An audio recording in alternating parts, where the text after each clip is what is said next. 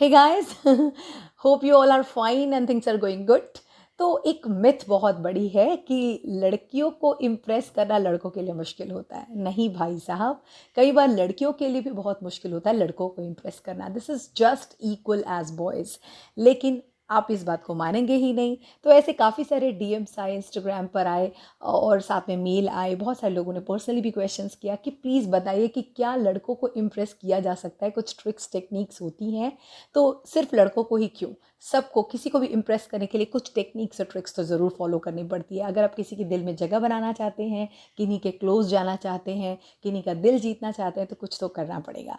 तो आज मैं वैसे ही टिक्स एंड जो ट्रिक्स एंड टिप्स हैं वो शेयर करूँगी इस वीडियो में। उससे पहले छोटा सा introduction. I am Rashmi Sinha, your host, mentor, guide और आपकी बहुत अच्छी वाली दोस्त। तो चलिए शुरू करते हैं आज ये मज़ेदार सा वीडियो, ताकि आपकी हो जाए प्रॉब्लम सारी की सारी सॉल्व। Let's begin. कहा जाता है love is a great feeling, यानी इसमें बहुत शक्ति है। ये इतनी प्यारी सी चीज़ है कि जिसको भी हो जाए वो हर वक्त मुस्कुराता रहता है, खुशहाल रहता है, चार्मिंग रहता है और पता नहीं कितनी सारी एक्टिविटीज़ तो बिना बोले ही कर जाता है। लेकिन उतना ही पेनफुल होता है अगर ये इस उल्टा हो, यानी आपको लव में धोखा मिल जाए या आप सब कुछ खो दें। तो बिल्कुल सही है। There are 3 types of people in the world, जिनको प्यार करना है, जिनको नहीं करना है और जिनको बिल्कुल बॉदर नहीं करते वो इस बात को। तो इस 3 कैटेगरी में आप जिस कैटेगरी में भी आते हैं, बट हमारा मकसद हो सके बॉयज़ को इम्प्रेस करना ना भी हो तो भी कहीं ना कहीं किसी को इम्प्रेस करना तो हमेशा होता है। तो उसके लिए जो फर्स्ट टेक्निक आपको फॉलो करनी है वो है हमेशा सामने वाले के लिए प्रेजेंटेबल रहें। प्रेजेंटेबल का मतलब आप जब भी उनसे मिलें, सामने से मिल रहे हैं या आप टेक्स्ट कर रहे हैं, एक स्माइली या एक स्माइलिंग आपका जो वाइब्स है वो जाना चाहिए। अप्रिसिएशन में बहुत ज़्यादा पावर होती है। तो अप्रिसिएशन करेंगे, पहले ग्रीट कर लेते हैं। तो फर्स्ट चीज़ है ग्रीटिंग। आप कैसे ग्रीट करते हैं, कैसे मिलते हैं।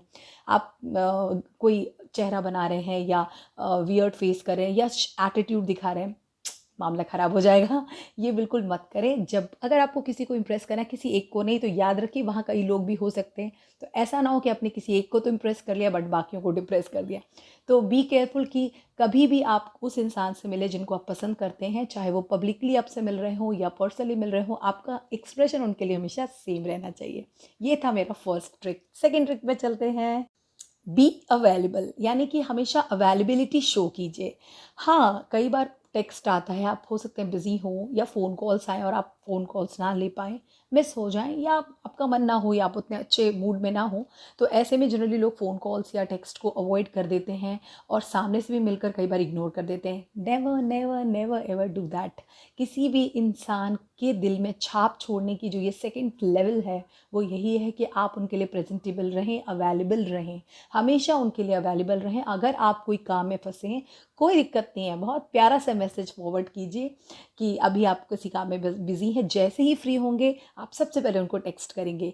या अगर वो सामने से मिल रहे हैं और अगर आप किसी हरी में हैं, आपको कोई काम है, डेफिनेटली हो सकता है, सिंपली उनको एक प्यारा सा नोट दीजिए, एक जेस्चर शो कीजिए कि आप थोड़ा सा बिजी हैं, लेकिन सच में आपको बहुत बुरा लग रहा है ऐसा करते हुए, बट आपको उनके साथ रहना बहुत अच्छा लगता है। ये वाइब्स उन तक पहुँच ही जानी चाहिए बाई और all the way, all the behaviour. ये बात हमेशा ध्यान रखिए कि आपका अवेलेबिलिटी जो है वो बहुत मैटर करती है। बहुत सारे रिलेशंस इसलिए अच्छे नहीं चलते क्योंकि लोग अवेलेबिलिटी नहीं दिखाते, क्योंकि वो कई लोगों को इम्प्रेस करने का चक्कर में जिनको करना है उनको भी खो देते हैं। तो एक ही वक्त में ये सब ट्राई मत करें।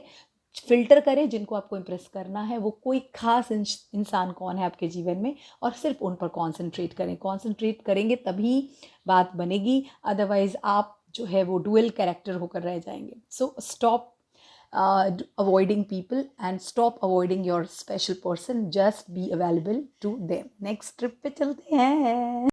थर्ड जो ट्रिक है वो है डू नॉट लाई। बहुत सारे रिलेशंस जो है वो झूठ पर टिके हुए हैं, वहाँ काफ़ी सारा झूठ होता है। हम अपनी रहन सहन के बारे में, हम अपनी स्टाइलिंग, अपनी लाइफस्टाइल के बारे में काफ़ी सारा झूठ ऐड कर देते हैं।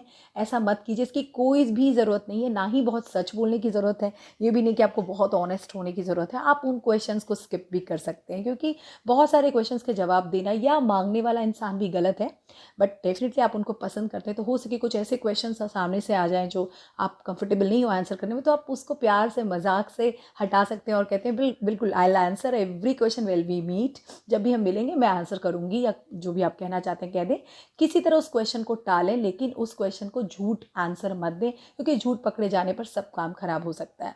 एक मेरे मामा जी थे, वो हमेशा कहते थे वो कभी झूठ नहीं बोलते थे, तो हमने पूछा भाई क्यों झूठ नहीं बोलते आप, तो उन्होंने कहा वो झूठ बोलते हैं लेकिन सिर्फ 2 कंडीशंस पर, एक जब उनकी जान जा रही हो, और 2 जब किसी की जान बच रही हो। तो बस यही एक फॉर्मूला फॉलो कीजिए, झूठ बोलने की कोई भी आपको ज़रूरत नहीं है, क्योंकि आप सफिशिएंट होकर उस इंसान ने आपके जीवन में नहीं रहना है, तो वो यही माइनस हो जाएगा, है ना। तो just go with that the truth, और जितने क्वेश्चंस आपको अच्छे लगते हैं उनके आंसर आप करो, जो नहीं आंसर्स अच्छे लगते हैं, जो क्वेश्चंस आप नहीं आंसर करना चाहते हो, कोई बात नहीं, आप उसको स्किप कर दो या किसी फर्दर मीटिंग के लिए पोस्टपोन कर दीजिए। ये था रूल नंबर 3। अब तक आपको प्रेजेंटेबल रहना है, यानी ग्रीट कर लेना है, फिर अवेलेबिलिटी शो कर देनी है अपनी। अब उनके साथ आपका कॉन्वर्सेशन शुरू हो चुका है, वहाँ कॉन्वर्सेशन को लाइट रखना है, आर्ग्यूमेंट्स में बिल्कुल नहीं पड़ना है। ऐसे कोई भी टॉपिक जिसमें आप दोनों में जो है मतभेद है, दोनों के जो सोच है वो काफ़ी अलग है, उनमें अभी मत पड़ी, क्योंकि आपका अभी रिलेशन नया नया सा है, अभी जस्ट वो प्लांट हो रहा है, अभी बन रहा है, तो अभी इसको मत ख़राब कीजिए, बाद में मौके आएंगे उनको बदलने के, फिलहाल अभी उनको वैसा का वैसा ही छोड़ दीजिए। So do not reject for few things, okay.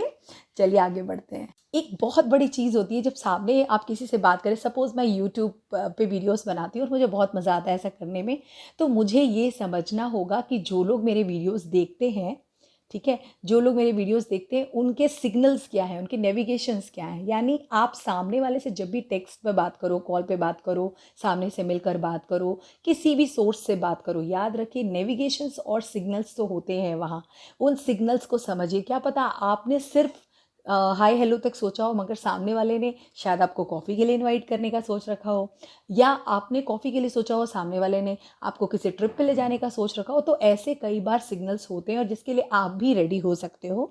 तो अगर आपका भी मन है ऐसी बातों के लिए, तो जब ये सिग्नल मिले उनको ड्रॉप ना करें, वहाँ पर इलिटरेसी मत शो करें, और स्ट्रेट फॉरवर्ड उस बात के लिए आए, उस बात पर डिस्कशन पर आए कि yes I am also ready for, but मेरी कुछ कंडीशंस हैं, उन कंडीशंस को डिस्कस करें, लेकिन रिजिड नहीं होना है। याद रखिए, जब भी हम किसी से फर्स्टली डील कर रहे होते हैं, किसी भी तरह की डीलिंग हो वो, वहाँ स्पेशली जब आपके रिलेशन डेवलप हो रहे हैं, आप बना रहे हो किसी के साथ, तो ये बहुत बड़ी बात होती है कि आप उनका दिल ना तोड़ें, या आप उनको कोई ऐसे हार्श वर्ड ना बोलें। कई बार हम जल्दबाजी में ऐसे हार्श वर्ड्स यूज़ कर देते हैं, हार्श वर्ड्स को अवॉइड करें, गालियाँ वालियाँ नहीं देनी है, गर्ल्स को कभी भी गालियाँ यूज़ नहीं करनी चाहिए, मैं इसके स्ट्रिक्टली अगेंस्ट हूँ। आपको भगवान ने इतना खूबसूरत बनाया है, इतनी प्यारा बनाया है, अच्छे से अपनी इस गर्लिशनेस को एंजॉय कीजिए, फेमिनिज्म को जिए, और ज़्यादा इन चीज़ों में बॉयश होने के चक्कर में, टॉम बॉय होने के चक्कर में कोई भी ऐसा काम मत करें जो आपकी जो सुंदरता है वो वहाँ खो जाए। तो ध्यान रखिएगा, ये वाला ट्रिक ज़रूर फॉलो कीजिएगा।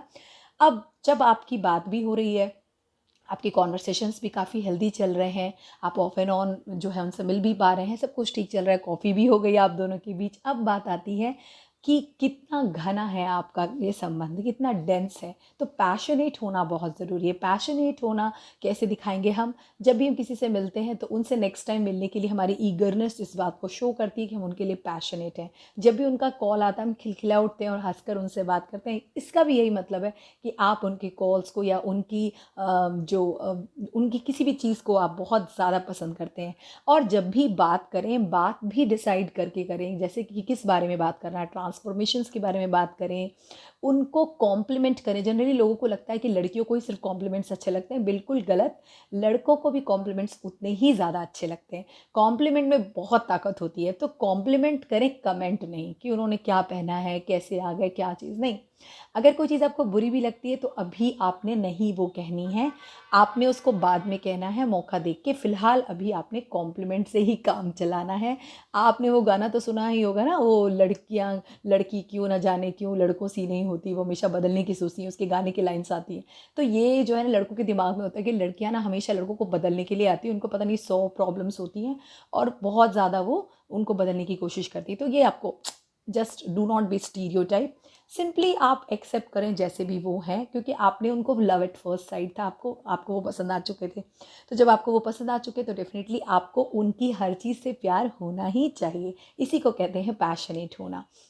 और last but not the least, मैं एक चीज़ और अपनी तरफ से एक आपको प्रो टिप बता देती हूँ। प्रो टिप ये है कि जब आप किसी रिलेशनशिप में हो तो फैमिली मैटर्स या पॉलिटिकल मैटर्स या फिर बहुत ज़्यादा ऐसे इंटेंस टॉपिक पर मत बातचीत करें, क्योंकि क्या होता है, रिलेशन अभी डेवलप भी नहीं होता है, वहीं पर टूट जाता है कि ओ you are not respecting my family, you are not listening my this and that, you are आर्ग्यूमेंटिंग and ऐसा ऐसे जब बातें आने लगती हैं ना, तो ये रिलेशन बन नहीं रहा है, बिगड़ रहा है। तो होप आपको ये वीडियो अच्छा लगा होगा और आप इसे अपने लाइफ में अप्लाई भी करेंगे। मैं इसी तरह के काफ़ी मोटिवेशन और एजुकेशनल वीडियोस लाती रहती हूँ और जल्द ही लाऊंगी। जो आईसीएसई और सीबीएसई के एग्ज़ाम्स कैंसिल हो गए हैं, उसकी वजह से बच्चों के ऊपर कितना प्रेशर आया और वो किस तरह का प्रेशर है, उस पर भी मैंने वीडियो ऑलरेडी तैयार किया हुआ है, मैं वो आपको जल्दी ही दे दूँगी। फ़िलहाल इसी वीडियो से को एंजॉय कीजिए और होप आपकी बात बन जाए, और अगर आप हैं ऑलरेडी रिलेशनशिप में तो उसको बहुत अच्छा बॉन्डिंग बनाएं और इस प्यार जैसे सुंदर चीज़ को अनुभव करें। तब तक अपना ध्यान रखें, मिलते हैं नेक्स्ट वीडियो में।